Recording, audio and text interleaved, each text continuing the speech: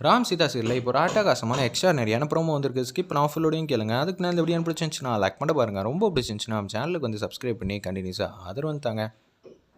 சீதா வந்து ஃபீல் பண்ணிட்டு இருக்காங்க. மீராவும் அவங்க 2 பேரும் என்ன பேசிகிட்டு இருக்காங்கன்னா, சேதுராமன் வந்து முன்னாடி போடி இல்லவே இல்லை. அவங்க ரொம்ப சோகத்தின் உச்சத்தில் இருக்காங்க.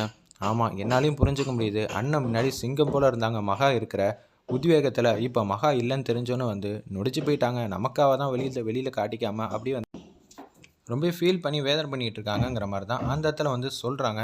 இதை பார்க்குறதுக்கே பாவமாக இருந்துச்சுன்னே சொல்லலாம். அந்த சீன்லாம் மகாலட்சுமி மட்டும் கீழே இறங்கி வராங்க. சேதுராமன் வந்து ஃபோட்டோக்கு முன்னாடி நின்றுக்கிட்டு வேதனைப்படுறதெல்லாம் பார்த்து அப்படியே வந்து வருத்தப்பட்டுட்டு இருக்காங்க. பார்க்கவே பாவமாக இருந்துச்சுன்னே சொல்லலாம். என்னை மன்னிச்சிருங்க, நான் தான் மகான்னு கூடிய சீக்கிரம் உங்களுக்கு நிரூபிப்பேன் தான் நினைக்கிறேன். சீதாவை நான் கண்டிப்பாக ஜெயிச்சிட்டேனா நான்சி வழியா நிச்சயம் அடுத்த நொடியே சீதாவை வீட்டை விட்டு துரத்திடுவேன். சீதாவை வீட்டை விட்டு துரத்திட்டேன்னா மகாவா நான் உங்கள் முன்னாடி வந்து நிற்பேன்.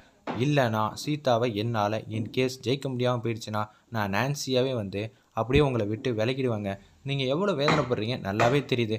யாருக்கும் இப்படி ஒரு அன்பான பாசமான கணவன்லாம் யாருக்குமே கிடைக்காது. எனக்கு ரொம்பவே வந்து பெருமையாக இருக்குது உங்களை நினச்சா. ஆனால் நானே உங்களை கஷ்டப்படுத்துகிறேன்னு நினச்சா எனக்கு வந்து மனசுக்கு ரொம்பவே கஷ்டமாக இருக்குது. நீங்கள் எப்படி இருந்தீங்க, இப்போ எப்படி இருக்கீங்க? ஒவ்வொரு வேளையும் வந்து சாப்பிட்றப்பெல்லாம் வந்து ஃபீல் பண்ணி பாதிலேயே சாப்பாடு வந்து ஏஞ்சிட்டு போயிடுறீங்க. இதெல்லாம் யாருங்க செய்வா? அதுவும் இந்த காலத்தில் உங்ககிட்ட கோடிக்கணக்கான ரூபா சொத்துலேருந்து எல்லாம் இருக்குது. ஆனால் நீங்கள் நான் தான் முக்கியம்னு நினச்சிக்கிட்டு இருக்கிறதுலாம் இப்போ தாங்க உங்கள் பாசம் அன்பெல்லாம் எனக்கு புரிஞ்சிச்சுங்கிற மாதிரி மகா உண்மையிலேயே வந்து வேதனையோட யோசிக்கிறாங்க. அந்த இடத்துல ரொம்ப சூப்பராக இருந்துச்சுன்னே சொல்லலாம். அந்த சீன்லாம் சீதாவும் மீராவும் அப்படியே கேஷுவலாக வந்து இறங்கி வந்துட்டு இருக்காங்க. சேது அண்ணன் வாங்க சாப்பிட போகலாம் அப்படின்னு சொல்லி மீரா வந்து கூப்பிட்றாங்க. நீங்கள் போங்கம்மா, எனக்கு ரொம்ப உருக்கமாக இருக்குது. மகாலட்சுமி இல்லை, மீனாட்சி இல்லைங்கிற விஷயத்தை என்னால் ஜீர்ணிக்கவே முடியல. நான் சாப்பாடெல்லாம் சாப்பிட்டு என்னம்மா பண்ண அப்படின்னு வேதனையோட பேசுகிறாங்க. இது எல்லாத்தையும் வந்து மகாலட்சுமி வந்து கேட்குறாங்க. நீங்கள் ஆல்வேஸ் கிரேட்டுங்கிற விஷயத்த வந்து உண்மையிலே சூப்பராக வந்து ஃபாலோ பண்ணிட்டீங்க. ரொம்ப சூப்பராக இருக்குது இதெல்லாம் பார்க்க. ஆனால் என்ன பண்ணுறது, எனக்கு தான் வந்து நீங்கள் படுற கஷ்டத்தை பார்த்துக்க என்னால் முடியல, சாரிங்க என்னை மன்னிச்சிருங்க அப்படின்னு சொல்லும்போது மீராவும் சீதாவும் தள்ளி வந்து நிற்கிறாங்க. அந்த இடத்துல கொஞ்ச நேரம் வந்து அவங்க முன்னாடி படத்துக்கு முன்னாடி நின்று மௌன அஞ்சலி செலுத்திட்டு அப்படியே வந்துடுறாங்க. என்ன மீரா, என்ன சீதா, என்ன கேட்டிங்க? சாப்பாடா? அதெல்லாம் இருக்கட்டும். உன்னால் எப்படி மகாலட்சுமி வந்து விட்டு கொடுக்காமல் இருக்க முடியுது? மகாலட்சுமி வந்து ஒரு சிங்கம். அவங்க குடும்பத்து மேலே எவ்வளோ அன்பு பாசம்லாம் வந்து வச்சுருக்காங்கன்னு நல்லாவே தெரியும். அவங்க கண்டிப்போடு நடந்துப்பாங்க. ஆனால் நான்சி அப்படிப்பட்டவங்கலாம் கிடையாது. நான்சியை வந்து ஓட ஓட விடணுமாம்மா. இங்கே வீட்டிலலாம் வச்சுக்கிட்டுலாம் இருந்தோன்னு வச்சுங்களேன், மிகப்பெரிய பிரச்சனை தான் வரும். நான்சி வந்து இந்த வீட்டை விட்டு போகிறானா நான் என்ன வேணாலும் செய்வேன். மகாலட்சுமிக்காக வந்து நான் விட்டு கொடுத்து போயிருக்கேன் ஏகப்பட்ட வாட்டி.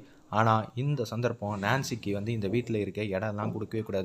நம்ம உண்டுலாம் ஆக்கணும்னு சொல்லி உச்சக்கட்ட கோவத்தில் வந்து பேசுகிறாங்க. அந்த இடத்துல நம்ம சீதாவும் மீராவும் ஆமாம்மா நீ சொல்கிறதெல்லாம் கரெக்டு தான். மகாலட்சுமி இடத்த யாராலையும் வந்து நிரப்ப முடியாது. இந்த வீட்டில் வந்து அந்த இடம் யார் ஃபில் பண்ண போகிறா? சீதா உன்னால் மட்டும்தான் முடியும். ஏன்னா மகாலட்சுமி கிட்ட இருக்கிற அதே வேகமும் எதையும் சாதிக்க முடியுங்கிற தன்னம்பிக்கையும் உன்கிட்ட பார்க்குறேன். நானாக இருந்தால் இது ஆர்டர் வந்து போயிடுச்சுன்னா வந்து மான நஷ்ட ஈடு வழக்கு வந்து போடுவான். கோடிக்கணக்கில் வந்து ரிட்டர்ன் கொடுக்குற மாதிரி இருக்கும். பரவாயில்ல கொடுத்துட்டு போகலாம் தான் நான் யோசிப்பேன். ஆனால் நீ நம்ம பிஸ்னஸையும் வந்து திருப்பியும் மகா இடத்துல நின்று தூக்கி வைக்கணும்னு நினைக்கிற பார்த்தியா, அந்த குணம் இருக்கே சீதா, நீ ஆல்வேஸ் கிரேட்மா அப்படின்னு சொல்லிட்டு இருக்காங்க. அந்த இடத்துல சேதுராமன் நான் நான்சியாக இருந்தாலும் சரி, மகாலட்சுமியாக இருந்தாலும் சரி, உங்கள் யாரையும் நான் சும்மா விட மாட்டேங்கிற மாதிரி உச்சக்கட்ட கோவத்தில் வந்து பேசுகிறாங்க. அந்த இடத்துல நம்ம மகா கூடிய சீக்கிரம் இதுக்கெல்லாம் முடிவு கட்டுறேன். என்ன டெய்லரிங் கடையை வச்சுட்டு 4 சட்டை வந்து தைச்சி வச்சுட்டா இவ பெரிய ஆள் ஆகிடுவாளா? அதுக்கெல்லாம் வாய்ப்பே இல்லை. நான் யாருங்கிறத இன்னொரு வாட்டி காட்டுறேங்கிற மாதிரி தான் மகாலட்சுமி வந்து யோசிச்சுட்ருக்காங்க.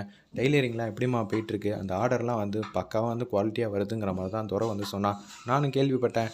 ஓகே சூப்பராக போயிட்டுருக்குல்ல? ஆமாம், ஒவ்வொரு ஷிஃப்ட் வைஸாக வந்து ஆளுங்க மாறி மாறி ஒர்க் பண்ணிகிட்டு இருக்காங்க. அதனால் எந்த பிரச்சனையும் இல்லை. நம்ம நினச்ச டார்கெட்டை வந்து அதுக்கு முன்னாடியே வந்து முடிக்கலாம் தான் நினைக்கிறேன். சீதா வந்து சொன்னோன்னா மகாலட்சுமி வந்து மூக்கு மேலே விரல வைக்கிற மாதிரி காட்டுறாங்க அந்த இடத்துல.